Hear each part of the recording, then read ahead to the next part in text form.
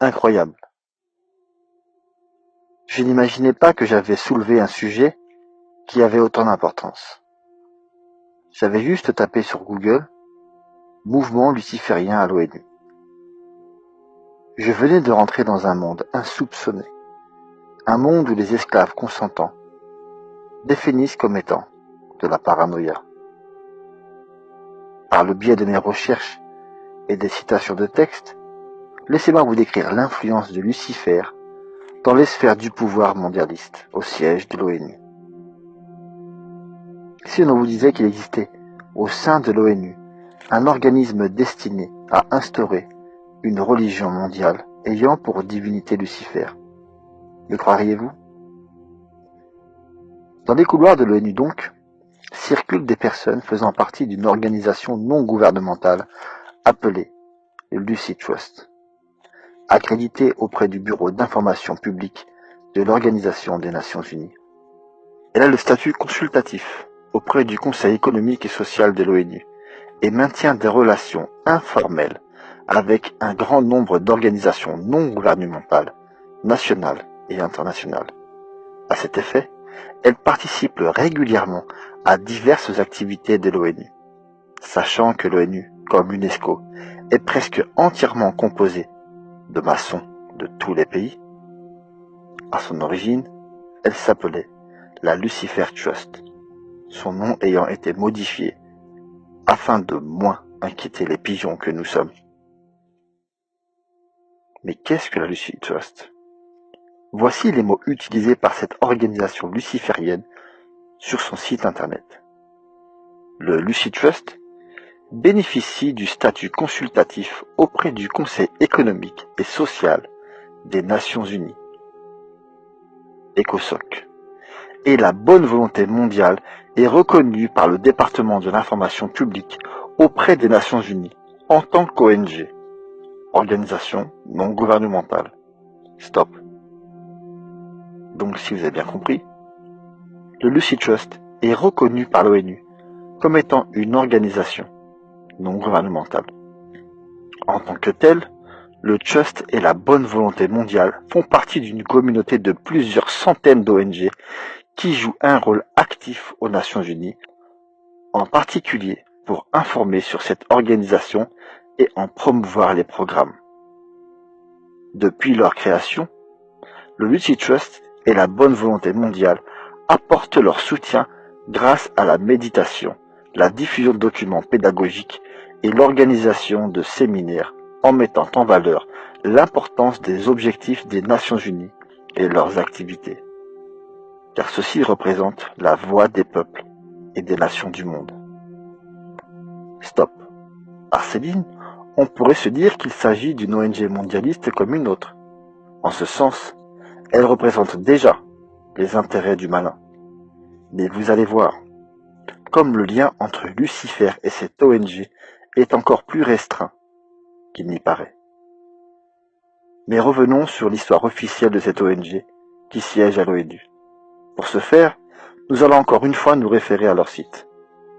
Je les cite. Histoire. La fondation Lucy Trust a été créée par Alice et Foster Bailey comme moyen de promouvoir la reconnaissance des principes spirituels et universels au cœur de tout travail visant à établir de justes relations. Stop. Des principes spirituels et universels au cœur de tout travail visant à établir de justes relations? Retenez bien cette phrase. Sachez que le New Age a pour objectif maléfique de faire fusionner toutes les croyances et les spiritualités afin de créer une nouvelle ère, une ère d'inversion des valeurs où l'homme vouera un culte à Satan sans complexe. Je reprends. La fondation fut établie dans l'État du New Jersey aux États-Unis le 5 avril 1922. Une société à responsabilité limitée, SARL, Lucy Trust Ltd, fut créée en tant qu'association caritative établie au Royaume-Uni en 1935. Et en 1951, Lucy Trust fut également établie en Suisse avec un bureau à Genève. Une maison d'édition initialement appelée Lucifer Publishing Company fut créée par Alice et Foster Bailey dans l'État du New Jersey aux États-Unis en 1922 afin de publier le livre Initiation humaine et solaire. Stop. Oui, vous ne rêvez pas. La fondation avait une maison d'édition qui s'appelait Lucifer Publishing Company. Et cette ONG siège maintenant à l'ONU. Et ce n'est pas fini. Écoutez la suite. Je continue de les citer sur leur site internet. Le mythe antique de Lucifer fait référence à l'ange qui apporta la lumière au monde. Et on suppose que ce nom fut donné à la maison d'édition en l'honneur d'un journal qui était édité depuis plusieurs années par la fondatrice de la théosophie, H.P. Blavatsky. Stop. On croit rêver. Cette ONG qui travaille pour l'ONU vante ici le mérite de Lucifer. Je les recite. Le mythe antique de Lucifer référence à l'ange qui apporta la lumière au monde. Donc selon Lucy Trust, Lucifer a apporté la lumière au monde. Mais qui a apporté la lumière au monde? Qui prétend cela, si ce n'est les satanistes, les lucifériens? Ils avouent donc clairement leur culte à Lucifer. Alors pourquoi le démentir lorsqu'on dit que Lucy Trust est en réalité Lucifer Trust? En d'autres termes, en Google Traduction, cela veut dire faire confiance à Lucifer. Je poursuis. Il devint vite clair pour Alice et Foster Bailey que certains groupes chrétiens ont traditionnellement identifié Lucifer à Satan par erreur. Et pour cette raison, la maison d'édition prit en 1924 le nom de Lucy Publishing Company. Stop. Ils sont en train de nous dire que Lucifer n'est pas satanique. Ici, ils nous expliquent qu'ils ont changé de nom parce que les chrétiens les ont traités de lucifériens, de sataniques. Mais c'est à juste titre d'ailleurs. Mais on y reviendra plus tard. Je poursuis. L'école Arcane débuta en 1923. Bonne Volonté Mondiale fut créée en 1932 et les Triangles en 1937. Au cours du temps, les centres de New York, Londres et Genève ont déménagé plusieurs fois. Actuellement, le centre de New York est situé à l'extrême sud de Wall Street, dans le quartier financier. Le bureau de Londres est près de Trafalgar Square, dans un des bâtiments les plus typiques de la ville, Whitehall Court. Et après des années, dans un bâtiment proche des Nations Unies, le centre de Genève est maintenant situé sur la rue du Stand, dans le quartier des affaires, près du lac. Mais qu'est-ce que ce mouvement Lucy Trust? Cette secte luciférienne a été fondée par Alice Bailey, qui fut un véritable maître à penser de la théosophie, à l'égard de sa fondatrice, Elena Petrovna Blavatsky. Il est bon de savoir que la théosophie est une secte liée à tous ces mouvements New Age, dont les grands axes sont ésotérisme, spiritisme, sorcellerie.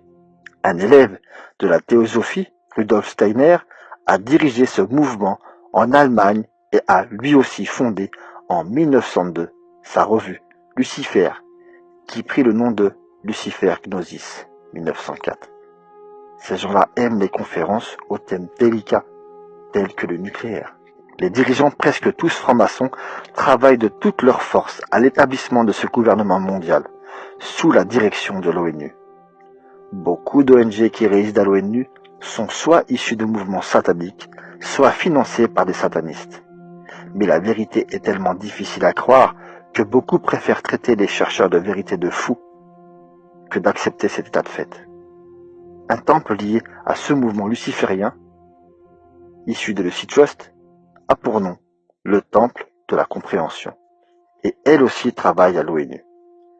À New York et à Washington, des illuminés comme Robert McNamara se déshabillent et prient la lune en des sessions de prière conduites sous les auspices de le Temple de la Compréhension. Et accrochez-vous, et là aussi, ce Temple de la Compréhension est directement lié à Lucy Trust. Ces dernières années, ce temple est devenu l'une des institutions spirituelles favorites des élites de l'établissement libéral américaine, et a mérité les éloges du New York Times pour son rôle de médiation dans les contacts américano-soviétiques à la fin des années 80. Il se définit comme une réunion œcuménique et un lieu de méditation pour les religions mondiales. Stop. Œcuménique. Les religions mondiales. Voilà l'objectif du nouvel ordre mondial. Plonger l'humanité dans les ténèbres. Autrement dit, aveugler l'humanité avec la lumière de Lucifer, dans un mouvement prétendument spirituel et universel. Là voilà la religion du gouvernement mondial. Mais je reprends. En réalité, le temple de la compréhension, créé dans les années 1961-1963, fut un instrument du lancement du Nouvel Âge, du New Age. En 1984, le temple de la compréhension installa son siège dans la cathédrale Saint-Jean-le-Devin de New York, sous l'autorité du révérend James Park Morton. Il faut savoir, pour bien comprendre ce choix, que Paul Moore, adepte du New Age, a fait de cette cathédrale le centre de coordination des sectes sataniques de tous les USA. Le satanisme qu'abrite le diocèse, autrement dit l'administration, de Paul Moore, est constitué d'adeptes du sataniste Aleister Crowley. Il est connu que cette cathédrale abrite diverses sectes féodales, néo-païennes et gnostiques, qui vont du bouddhisme tibétain à la franc-maçonnerie soufie. Parmi les sectes relevant de cette cathédrale, on peut relever le village médiéval Lindsfarne, dans l'État de New York, qui passe pour être le modèle de vie New Age. Stop. Voici exactement le type de secte New Age qui fera passer le nouvel ordre luciférien pour un mouvement de paix et d'amour. L'œcuménisme à la sauce fleur bleue permet d'annihiler la vraie religiosité, pour emmener l'humanité à reconnaître la prétendue lumière de Lucifer, comme on a pu le dire sur les sites de Lucy Trust, du Temple de la Compréhension, ou encore de ce fameux Linesform. Tous se sont liés, ainsi que le Centre Zen, qui enseigne la méditation à l'élite de l'establishment libéral, sans compter nombre d'organisations homosexuelles et groupes de rock heavy metal. Le Temple de la Compréhension aura aussi sa chambre de méditation, qui sera appelée l'atrium de l'illumination. C'est là que les illuminés, maîtres de sagesse, les guides du Temple de la Compréhension, projettent d'inscrire le public au nouveau culte humaniste. Des réunions, des projections de films, des cours sur les grandes religions du monde auront lieu dans l'atrium de l'illumination. Stop. À propos de ces chambres de méditation, vous allez être surpris lorsque je vous dirai où était installée une de ces fameuses chambres de méditation, qui, en réalité, est un lieu de culte œcuménique, voué au culte de Lucifer. Je reprends. Il est intéressant de noter que depuis quelque temps, un groupe qui s'appelle Nouveau Groupe de Serviteurs du Monde a tenu des réunions de méditation à la pleine lune au Centre national de la Fondation Carnegie de New York. Stop. La Fondation Carnegie pour la paix internationale est une organisation non gouvernementale ainsi qu'un cercle de réflexion et d'influence globale dédié au développement de la coopération interétatique et à la promotion des intérêts des États-Unis sur la scène internationale. À travers des recherches, des publications et des conférences, la Fondation explore de nouvelles approches dans le domaine des affaires étrangères. Elle est actuellement dirigée par James Gator, un ancien directeur du RAND, créé par le département de la Défense des États-Unis. Stop. N'avez-vous pas remarqué une chose? Plus nous cherchons, et plus nous trouvons des liens de corrélation entre les coopérations, les associations ou les mouvements spirituels. Plus on avance dans ce dossier, et plus on apprend que les fondations sont liées entre elles. C'est presque angoissant, tant leur infiltration mondiale est discrète et séduisante pour beaucoup. En réalité, c'est une bête tentaculaire qui s'installe aux quatre coins du monde. Il serait très difficile aujourd'hui de connaître réellement dans quelle mesure l'influence de ces mouvements lucifériens régisse ce monde. Mais une chose est sûre, Lucy Trust ou d'autres mouvements sectaires sataniques sont connus et reconnus par l'ONU, et leur objectif et d'instaurer cette religion New Age mondiale. Je reprends. Le Lucy Trust contrôle donc ce temple de la compréhension, ainsi que d'autres, l'OTO. En Europe, le centre de la Wicca se trouve à Worms, en Allemagne, à Berlin, sous le nom de l'église de Satan. Stop. Comment peut-on accepter l'existence même de ce type d'endroit? Certes, la liberté de culte s'applique à tous. Mais s'il y a bien deux mots universels dans ce bas monde, c'est bien la notion de bien et de mal, non? Faut croire qu'aujourd'hui, tout est inversé. Et on assiste à l'ouverture d'églises de Satan aux quatre coins du monde. Et sachez-le, ces mouvements satanistes ou ces églises de Satan sont parfaitement acceptés par les plus hautes sphères du pouvoir, telles que l'ONU. Je reprends. Le Lucy Trust a financé la Loge unie des théosophes qui, à son tour, a une influence déterminante dans le temple de la compréhension. Concrètement, et pour faire court, la franc-maçonnerie coordonne le mouvement de prise de contrôle politique du mondialisme, tandis que le Lucy Trust coordonne les mouvements du New Age, de prise du contrôle religieux de ce même mondialisme. Chacun a son rôle à jouer, mais le tout est bien entendu coordonné, puisque dépendant les uns des autres, pour le même but, l'instauration du gouvernement mondial d'essence luciférienne. Ce ne veut pas dire pour autant que ces deux organismes sont le sommet de l'opération, et qu'on le croit ou pas, ne change rien à la réalité, bien au contraire. Stop. C'est vrai, il serait erroné de penser que les mouvements dont je viens de vous parler sont le haut de la pyramide. En réalité, c'est un peu comme des poupées russes. La dernière est bien cachée, et c'est elle qui régit tout ça. En réalité, la bête tentaculaire est difforme, mais elle a bien une élite, et cette élite est à la tête. Je reprends. N'oublions pas que la plus grande des victoires de Lucifer a été de faire croire qu'il n'existait pas. La revue Lucifer fut fondée par H.P. Blavatsky en 1888. Citation de Annie Besant, franc-maçonne 33e degré du rite écossais, directrice de la Société théosophique à la mort d'H.P. Blavatsky en 1881, fondée en 1877 à Londres. L'être qui fut le premier à prononcer ces paroles. Cruel, l'homme est devenu, comme l'un d'entre vous, capable de connaître le bien et le mal, doit être en réalité Linda Baot, le démiurge des Nazaréens, plein de rage et d'envie envers ces créatures. Dans ce cas, il est très naturel, même s'il n'en tenait pas à la lettre, de considérer Satan, le serpent de la gnose, comme le vrai créateur et le bienfaiteur, comme le père de l'humanité spirituelle. Ce fut lui en fait le précurseur de la lumière, de brillant radieux, Lucifer, qui ouvrit les yeux à l'automate, créé, comme on le prétend par Jéhovah. Ce fut lui qui le premier murmura, « Le jour où vous en mangerez, vous serez comme Elohim, et vous connaîtrez le bien et le mal. » Donc il ne peut être considéré comme un sauveur, le magnifique apostat, le puissant rebelle qui est toutefois en même temps le porteur de lumière, le Lucifer, l'étoile du matin, énergie céleste invincible et sans sexe, invincible combattant, virginal, revêtu et en même temps armé du jeu gnostique, du refus de créer. Stop.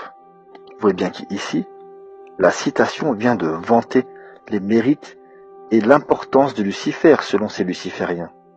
Et nous explique de quelle manière nous devons rendre grâce à Lucifer, une ligue malthusienne destinée à lutter pour contrôler des naissances et l'émancipation de la femme.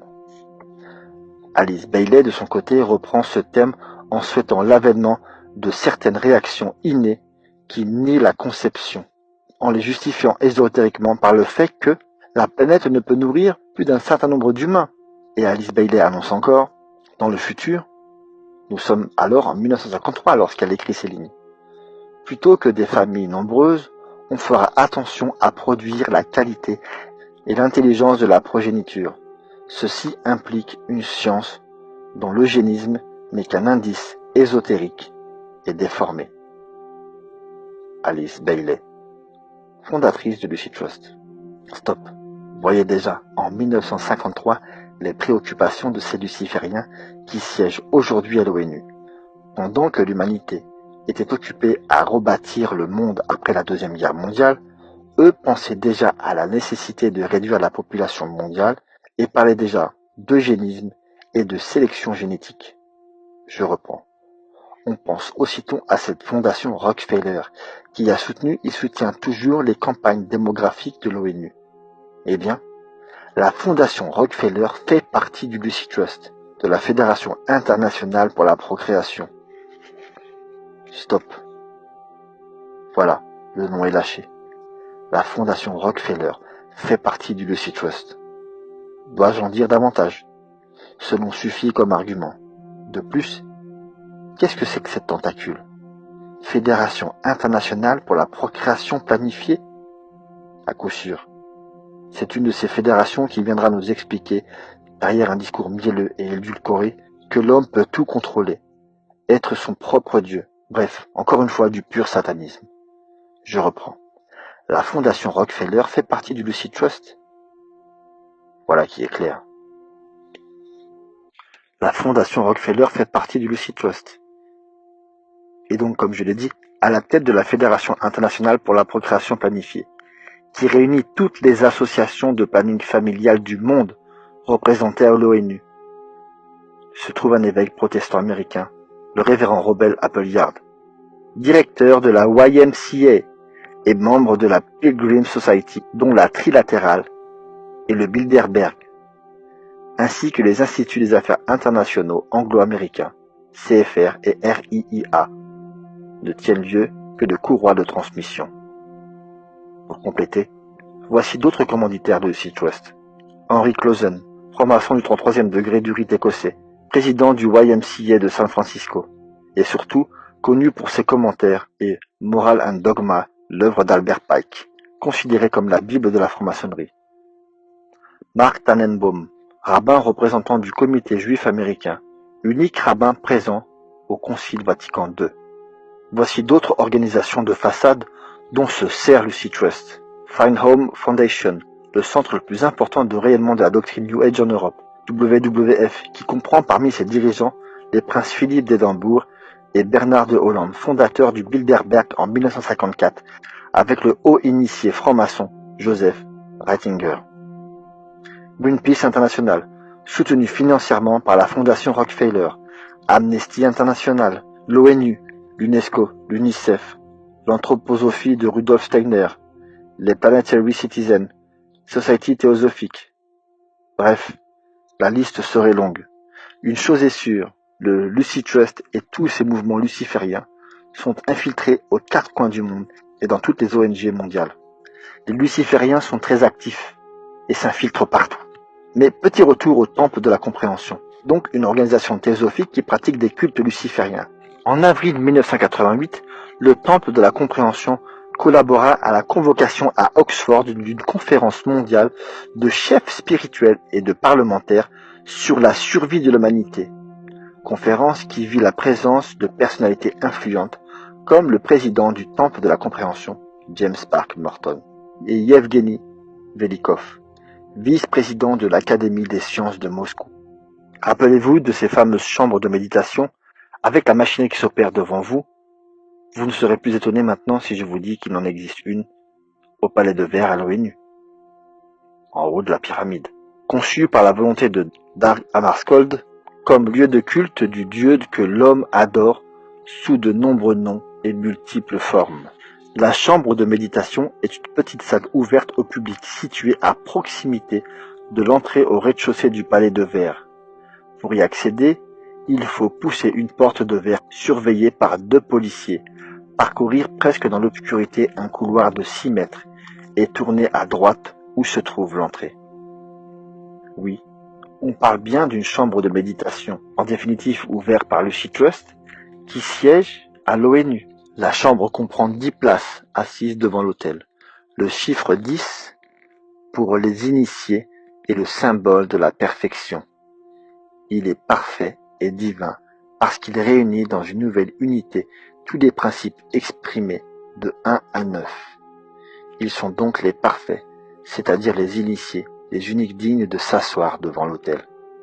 Dans cette chambre de la méditation, les Planetary Citizens, citoyens de la planète, organisation d'avant-garde du mouvement New Age, se réunissent 2 fois par semaine pour prier sous la direction du président de l'Assemblée.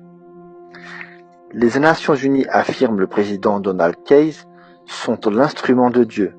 Être dans un instrument de Dieu signifie être un messager divin qui porte le drapeau de la vision intime et de la manifestation externe de Dieu. Un jour, le monde mettra cela à profit et adorera avec une énorme fierté l'âme des Nations Unies comme vraiment la sienne, propre, et en vertu de cette âme, ici omni-aimante et omni-apaisante. Fin de citation. Donc vous ne rêvez pas. Des ONG telles que Lucy Trust siègent au sein de l'ONU, participent au débat. Ce sont des mouvements purement lucifériens. Ils ont des lieux de culte au sein même de l'ONU, des chambres de méditation. Ce mouvement New Age sera la religion mondiale qui sera imposée par l'Antéchrist. Et celui-ci demandera à l'humanité de vouer un culte aux porteurs de lumière. Je vous demande d'y réfléchir.